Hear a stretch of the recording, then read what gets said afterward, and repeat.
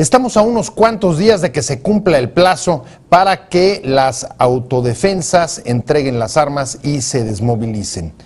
Pero el proceso sigue siendo confuso, no se sabe a ciencia cierta en qué estado se encuentra y sobre todo cuáles son las perspectivas para el día siguiente del 10 y 11 de este mes de mayo en que debe de concluir este proceso. El gobierno, el comisionado en Michoacán ha dicho que el proceso evoluciona satisfactoriamente al tiempo que las autodefensas alertan sobre divisiones internas, sobre infiltrados y aseguran que aunque registren las armas van a seguir luchando y combatiendo a los cárteles locales. De esto vamos a hablar hoy en Opiniones Encontradas. Acompáñeme antes rápido a ver algunos datos que ofrecen contexto de este debate. A 4 días de que se cumpla el plazo para la desmovilización y desarme de las autodefensas en Michoacán, algunos de sus líderes aseguran que permanecerán en la lucha contra el crimen organizado porque el Estado sigue siendo un verdadero infierno. Dentro de los 11 acuerdos alcanzados con el gobierno federal, el próximo 11 de mayo, las autodefensas deberán institucionalizarse y pasar a formar parte de las guardias o policía rural bajo el mando de la autoridad para combatir a los cárteles locales. En las últimas semanas han sido detenidos varios alcaldes por presuntos nexos con el crimen y también capturado varios líderes de templarios, aunque su máximo jefe, Servando González, sigue libre. El gobierno federal ha adelantado que el proceso camina satisfactoriamente, pero las versiones entre las autodefensas son confusas porque dicen que solo entregan las armas de grueso calibre y alertan de divisiones internas, incluso de su derivación en paramilitares como sucedió en Colombia.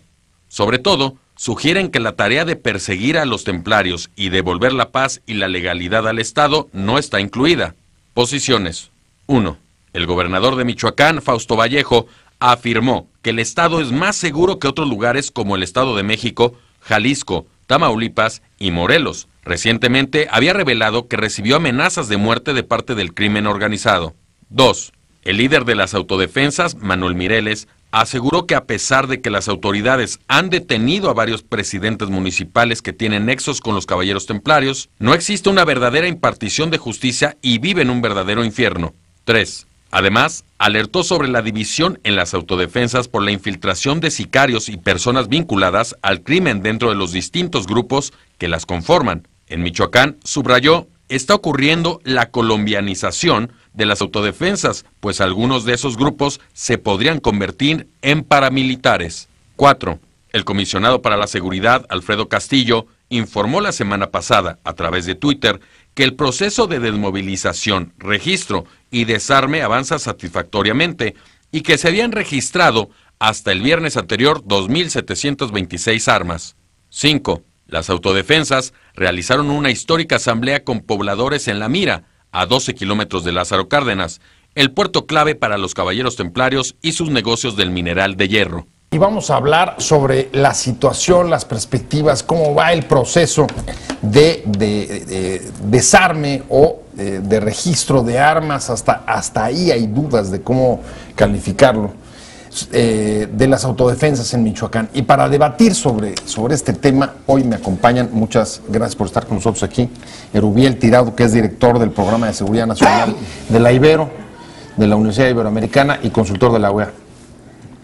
Pues, Erubiel, gracias por venir. Gracias a ti, José. Un placer. Un placer también. Y está con nosotros Alejandro Hope, usted ya lo conoce, ha estado con nosotros varias veces. Él es el director de seguridad del IMCO, del Instituto Mexicano de Competitividad. ¿Cómo estás, Pepe? Buenas noches, la Victoria. ¿Cómo estás tú? Todo muy bien.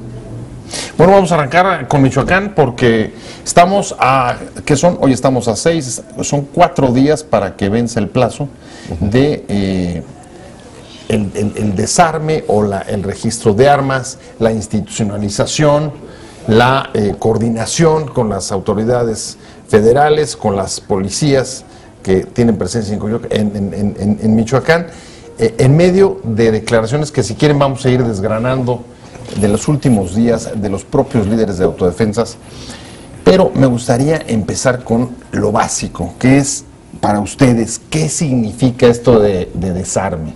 para entendernos y poder manejar el mismo lenguaje. Erubiel. Pues de entrada debemos recapitular sobre el aspecto institucional en cuanto a los acuerdos que se han venido dando desde febrero, ¿no? Y hasta el último de mediados del mes pasado, donde fue precisamente donde se fijó esta fecha del desarme y supuestamente ya haber pacificado el Estado, con todo lo que eso querían decir tanto las autoridades como las autodefensas, ¿no?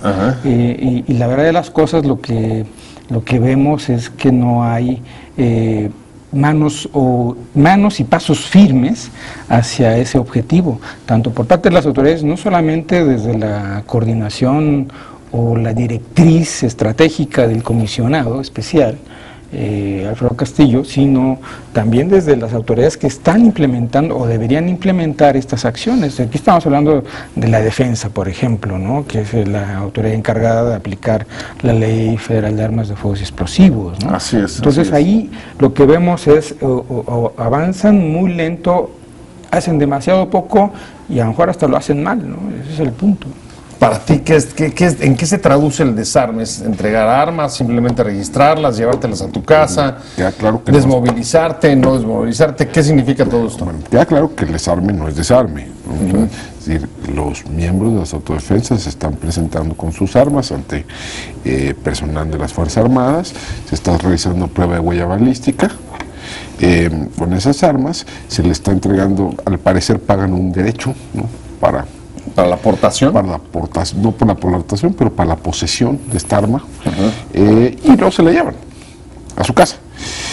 En principio, mediante ese procedimiento tienen el derecho de tener el arma, pero no de mostrarla en público y no pasearse con ella. Es para defensa legítima de su propiedad. Presuntamente, pero digamos, si uno lee el texto de la Ley Federal de Armas de Fuego, pues ahí tiene que ser una interpretación muy, pero muy laxa, suponer que es legal poseer un AK-47, ¿no?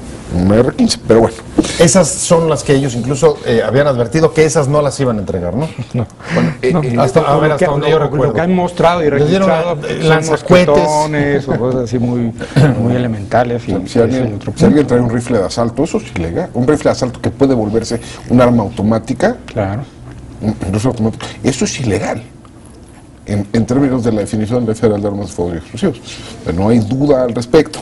Entonces, yo creo que esto es un proceso que está plagado de ambigüedades, porque además no queda muy claro qué pasa después del 10 de mayo. Es decir, se habla de la integración de esas autodefensas. Policía rural, sí. Policía rural, pero esa policía rural no tiene ningún marco jurídico. O sea, no tiene asidero legal. No hay ningún asidero legal, no tiene presupuesto, no está inserta en ningún ningún punto de la administración pública del Estado, ¿no? No queda claro cuál va a ser su mando, no queda claro cuál va a ser su mandato legal. Claramente, dado las formas que se está dando el aparente reclutamiento, se está rompiendo el principio de profesionalización de las policías, que ese ha sido uno de los ejes la vertebración del Sistema Nacional de Seguridad Pública. O sea, rompe, parecería estar rompiendo la normatividad vigente del Sistema Nacional de Seguridad Pública. Y a ver, ¿qué pasa el 11? Insisto, no sabemos qué pasa el 11 de mayo. El que no se haya integrado a esta nueva fuerza, el que no se haya desmovilizado, los que sigan en las trincheras van a ser desarmados por la fuerza, por el Estado o las fuerzas de seguridad, por las fuerzas federales. Aquí habrá que ver, y aquí hay un punto, hay que recorrer lo que sucede inicialmente cuando viene el operativo el 14 de enero. El 14 de enero el secretario Osorio Chong dice que van a hacer eso. Correcto. ¿No? Hay un intento de desarmarlos en Antunes, que es una población cercana a Pachingán, se arma una balacera, hay 2 muertos y en ese momento recula el gobierno federal. Por lo pronto, Erubiel, el domingo pasado hubo una ceremonia importante, bastante grande, una asamblea bastante nutrida de autodefensas a unos cuantos kilómetros de Lázaro Cárdenas. En vista de que termine el plazo el próximo 10 de mayo, ¿cuáles son las perspectivas que tú ves para el 11, 12 o 13? ¿Que las autodefensas vayan y tomen o traten de meterse a Lázaro Cárdenas? Bueno, pues ellos ya dijeron que tienen ya un planteamiento de llegar incluso hasta Morelia, ¿no? Ese es el punto. Hay varias cosas que han ido cambiando y que se deben destacar en el análisis. Recordemos que dice, bueno, no nos vamos a desarmar hasta que nos entreguen a todos los líderes templarios. Los han ido cayendo, los han ido arrestando, los han ido matando, lo que sea, y nada más falta uno. Sí. Y ahora ya no dicen que queremos a las cabezas de los líderes templarios. No, pues que necesitamos pacificar nosotros todo el Estado y queremos sacar a los Zetas, al Cártel del Golfo, a Jalisco Nueva Generación. Y además con un planteamiento estratégico de 3 puntos, ¿no? El restablecimiento del Estado de Derecho también, y seguridad, paz, y que el Estado no sea un infierno. Pero es curioso porque de elementos o de acciones específicas o planteamientos que ya de entrada son cuestionables, que el Estado per se diga, bueno, pues está bien, te acepto que tengas armas de alto poder, te doy chance, y ya que una vez que te entregue las 5 cabezas o las que sean de los templarios, ya me las entregas. Yo estoy simplificando un poco para hacerlo muy gráfico, pero después si no, hay una transformación del discurso hacia algo ideológico o quizás hasta místico, que era lo que se les planteaba tanto a la familia michoacana como a los templarios, ¿no? Entonces, ahí yo creo que debemos tener la atención puesta tanto en eso como en el doble discurso de las autoridades, como bien dice Alejandro, en el que, bueno, pues no todos van a entrar a hacer polis de un nuevo cuño que ni siquiera nosotros sabemos de qué se trata y que no encaja dentro del sistema nacional. Esa es una. La otra opción que se planteó desde febrero, que se integrasen a esta figura rediviva que era letra muerta hasta hace unas semanas, como son los guardias rurales, ¿no? Me llama la atención, me llama la atención lo que dices, sí hay una guerra, digamos, discursiva. El discurso, las transformaciones del discurso de las autodefensas y los dobles o las dificultades de articular el discurso de las propias autoridades entre el marco legal y lo que están haciendo. Déjame preguntarte, Alejandro, el giro en el discurso de las autodefensas, ¿tú crees que se debe a que en buena medida es resultado de que han sido exitosas para combatir al crimen, sobre todo a los cárteles y particularmente a los templarios? Han sido exitosas en reducir el alcance y capacidad y las capacidades de los caballeros templarios. Yo creo que no cabe la menor duda, ¿no? Yo creo que nadie regatea ese hecho, ¿no? El problema o al menos en Tierra Caliente, ¿no? En otras regiones del estado habrá que pensar. Pero sí, en efecto, hoy los caballeros templarios son mucho menos de lo que eran hace 6 meses o hace 12 meses. Ajá. Pero, el problema yo creo que ellos empiezan a percibir, o al menos empieza a percibir algunos líderes de las defensas, que en el momento en que declaran misión cumplida, su capacidad de interlocución con el Estado se acaba. Su importancia. O sea, su importancia. En el momento que se acabó el negocio, digamos. O sea, no hay justificación. Es decir, el negocio, la sentencia social, lo que eso representa para ellos. En ese momento, el peso relativo de algunos de estos liderazgos del nuevo cuño, pues se va a ver fuertemente disminuido. Y yo creo que además hay una cosa, persiste una suspicacia terrible hacia el gobierno del Estado, ¿no? La desconfianza de los autodefensas hacia el gobernador Vallejo la han manifestado reiteradas ocasiones. Es grave porque empieza como una crisis de gobernabilidad que no se ha resuelto. Así es. El problema político, en Michoacán se cruza en 2013 yo creo que 3 crisis, ¿no? O sea, una crisis estructural del aparato del Estado, ¿no? Un acto de la forma en que es electo Fausto Vallejo y de las complicidades aparentes de algunos miembros de su entorno, y el conflicto, y una tercera crisis provocada por este conflicto de autodefensas templarios, ¿no? Déjame regresar con la pregunta contigo. ¿Estarías de acuerdo en que la eficacia o los logros de las autodefensas en buena medida es lo que está marcando la estrategia más allá del 10 de mayo? Sí, uno se pone a pensar, bueno, si tuvieron éxito, ¿para qué entregar las armas? Yo quisiera retomar algo que platicamos la vez pasada aquí, en esta misma mesa contigo, José sé, en el sentido de que para mí era una estrategia contrainsurgente, viéndolo desde fuera, en el que el Estado o las fuerzas de seguridad oficial se montan sobre una reacción de la población y permiten que desde la ilegalidad combatan la ilegalidad. O sea, que usan a las autodefensas para combatir a los cárteles locales. Ya que se acabó la misión, por así llamarlo, pues entonces, pues hasta aquí llegamos, ¿no? O eres policía, o eres un semimilitar, y te vas a tu casa a seguir trabajando los aguacates. No lo sé, pero así de simple las cosas no son. Pero el asunto es, o sea, eso cuando lo platicamos, digamos, sin los éxitos que se han dado, era un escenario.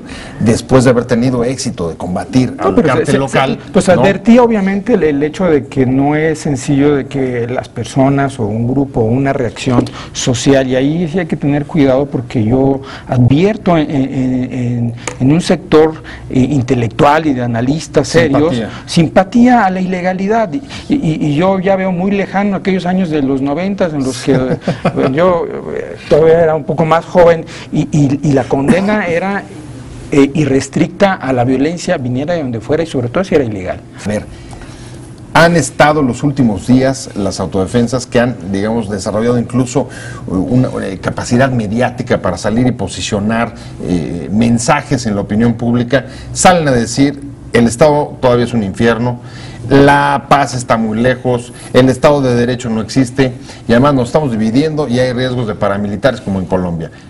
¿Qué pretenden? ¿A dónde va este discurso? Yo lo plantearía en términos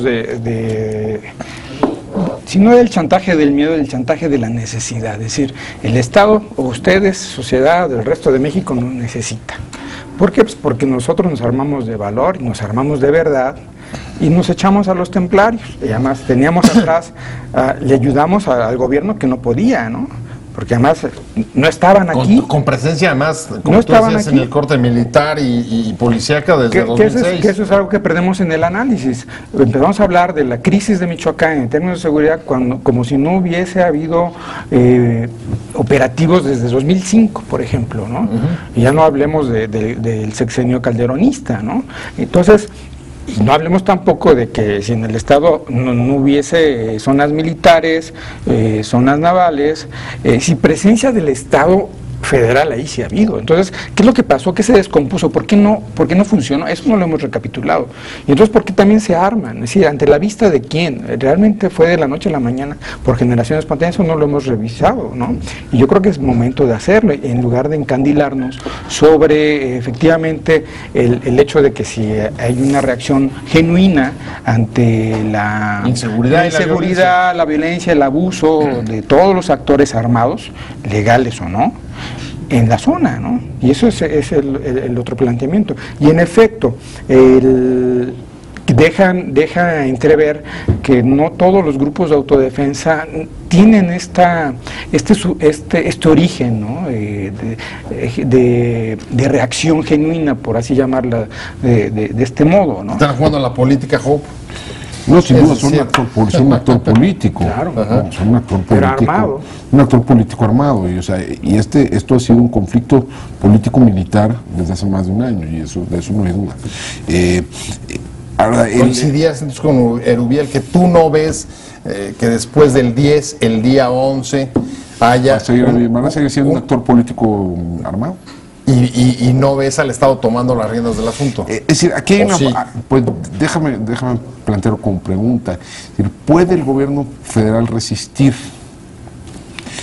2 balaceras contra autodefensas? Donde haya muertos de un lado y otro. En enero no pudo, ¿eh? En enero no duró ni 24 horas el intento. Y es una cuestión también de imagen, ¿no? Ahora, nadie está planteando ir a desarmarlos, ¿no?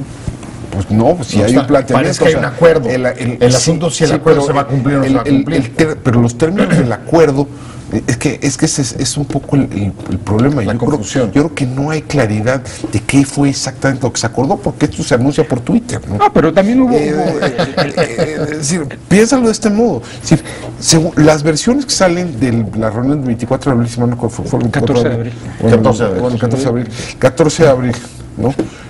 Las autodefensas le dicen, bueno, sí, por supuesto, sí, nos vamos a desarmar, pero en el ínterim se tiene que capturar a la tuta, se tiene que detener a estos 100 operadores, si mal no recuerdo, de los templarios. Las exalcaldes vinculados con las autoridades, con las autodefensas tienen que avanzar y entrar en algunos de los principales centros urbanos del estado, incluyendo Lázaro Cárdenas, incluyendo Morelia, o al menos esas son las declaraciones que surgen.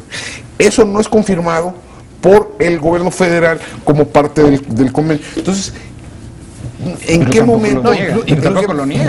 Incluso la liberación, ¿no? La liberación, el traslado de estos 100 reos a Patzingán, aparentemente sí se cumplió. Lo que no está muy claro es si se acordaron algo más. Sí, en algún momento dado el propio doctor Mireles mencionó que era inminente la liberación de Hipólito Mora, por ejemplo, ¿no? Cosa que por lo visto no va a suceder. Entonces, casi como vocero de la fiscalía. Es difícil, es prácticamente imposible que se cumpla un convenio en esos términos. Entonces yo creo que lo que hay que esperar es que va a haber una gran dosis de simulación de parte y de otra, ¿no? Va a haber, después del 11 de mayo van a seguir los autodefensas, o por lo menos una parte de los autodefensas van a seguir siendo un actor político armado no institucional, ¿no? Que opera al margen de la ley.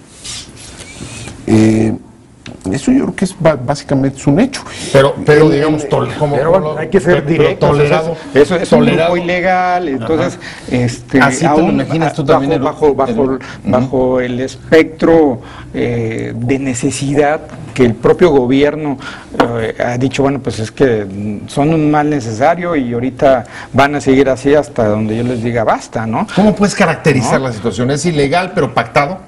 Pues es ilegal y pactado, fue inducido, inclusive, eso no lo sabemos. ¿Grupos irregulares? Pues sí, hay que recordar que México tiene una gran tradición en los eufemismos, ¿no?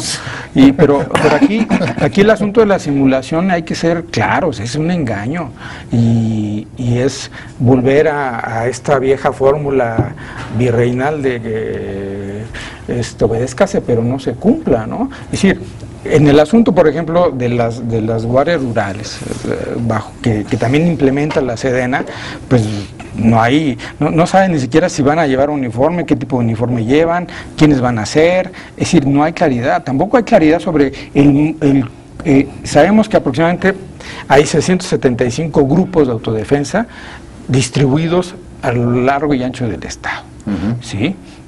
Pero ¿quién es quién? No sabemos, ¿no? ¿Cuál es el origen? Monto, la cantidad es una especulación. O sea, si el gobierno lo sabe, no lo dice. Y los autodefensas yo creo que tampoco lo saben, ¿no? Es decir, precisamente por esta idiosincrasia de que no hay una plena confianza ni certeza de que son todos los que dicen que son, ¿no? Ni son todos los que están. ¿Y dónde llegan? Y de ahora hablan de que hay pseudo autodefensas, ¿no? Sí. Autodefensas reales y verdaderas, autodefensas piratas. Hay los legítimos y los piratas, ¿no? Entonces no sabemos, lo cual es muy difícil saber cuáles. Hasta donde el último dato, a esta nueva policía rural iba en proceso de afiliación, lo que quiera que eso signifique, unas 600 personas. Eso es un porcentaje, una fracción muy pequeña del universo de hombres armados que hay en Michoacán. Estamos en la recta final del programa y en pocas palabras, ¿cómo te imaginas el 11, el día posterior? Pues una continuación de este doble discurso por un lado y de mentiras abiertas en el sentido de que, bueno, pues sí son ilegales, pero van a seguir ahí hasta que nosotros digamos o hasta que ellos quieran, pero también en la consolidación de un discurso más político y de posicionamiento público por parte de estas cabezas visibles de las autodefensas. O sea, lo descatable, y no sé si con eso coincidirías, lo destacable de los cambios de los últimos tiempos es confección de un discurso político por parte de las autodefensas, al mismo tiempo que un posicionamiento mediático. Y una política de contención del gobierno federal y la construcción de una narrativa de éxito en torno a la intervención federal, ¿no? Que esa narrativa de éxito no encaja bien con la realidad, ¿no? En el primer trimestre de 2014 hubo 55% más homicidios que en el primer trimestre de 2013 en Michoacán, ¿no? Hace un par de días hubo un ataque contra la Procuraduría del Estado en Zamora, donde murieron 3 o 4 personas. La situación de seguridad sigue siendo terriblemente difícil. Claro.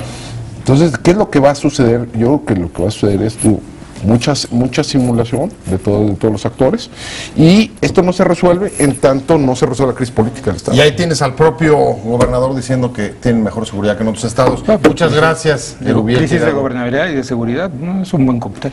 Ahí seguimos con este tema, Erubiel Tirado y Alejandro Hope. Gracias a ambos por haber estado con nosotros en Opiniones Encontradas, y gracias a usted por haber estado con nosotros en Opiniones Encontradas. Nos vemos, nos escuchamos mañana a 7:30 aquí desde la esquina de la información, y recuerde que contrastando puntos de vista formamos opinión pública. Muchas gracias y hasta mañana. Te invitamos a seguir cuestionando la información con los siguientes videos.